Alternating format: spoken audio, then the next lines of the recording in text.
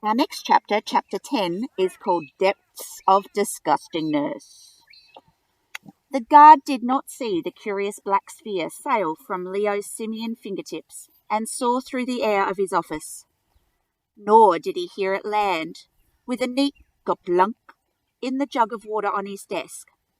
He was so busy trying to drag Abby out of the doorway that he did not even notice the jug of water begin to fizz, then shake violently as a swirling black cloud rose from it like a miniature cyclone.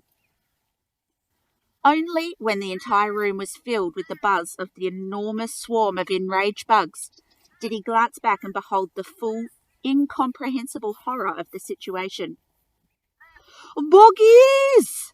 he yelled, as a wall of bugs tore towards him like 100 of tiny flying chainsaws. The freshly hatched insects were every bit as cranky as Oric had promised they would be. Wasps, mosquitoes, and bees dived at the guard as he swiped helplessly at the air. The jug toppled over, spewing out a murky puddle of black chunks that unfurled into dozens of cockroaches, spiders, and a couple of dazed earwigs. The guard reeled back in horror and tripped over Abby, who had pulled her jacket over her face and was lying utterly still on the floor. The bugs ignored her and chased the stumbling guard as he ran screaming outside. As Leo watched the bug bomb detonate, something unexpected happened. The sight of the swarming mass triggered the mandrel's insatiable appetite for insects. Leo forgot all about the hard drive he was meant to grab. His rational brain was overwhelmed by the basic hunting instinct in the temporary simian brain he was inhabiting, and he barreled towards the door of the guard's office in search of some easy snacking. The guard passed Leo as he charged into the building, but the helpless man was so busy slapping away the bug swarm, dive-bombing his face, that he didn't notice the enormous red and white-faced mandrel galloping by, wearing what appeared to be a black leotard. Leo leapt over Abby and jumped onto the guard's desk, snatching crunchy handfuls of bugs in his leathery hands and jamming them into his mouth. Crickets, cockroaches, and spiders all got guzzled down his enormous snout. Not even the barrage of French words streaming from the headphones by his feet could disrupt him from his feeding frenzy. The bugs were getting easier to catch by the second.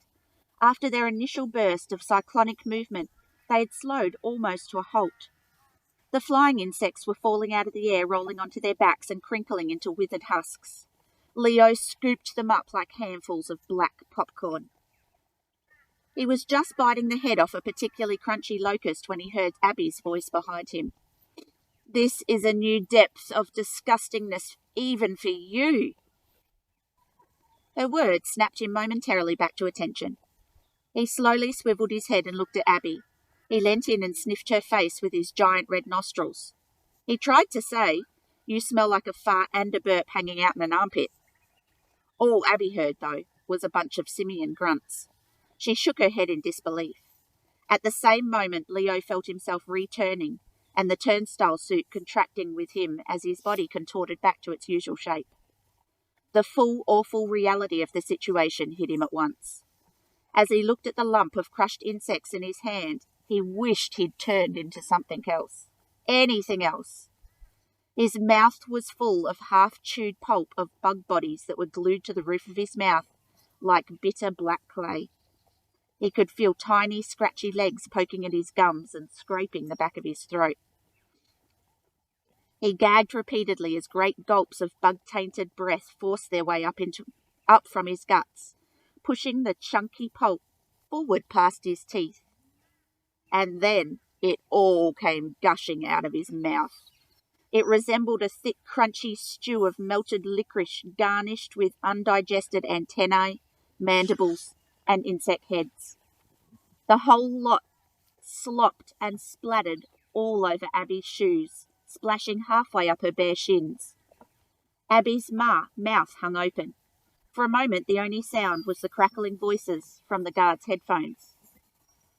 "Well," said Leo meekly, as he looked at the stinking dark puddle dripping all over Abby's feet.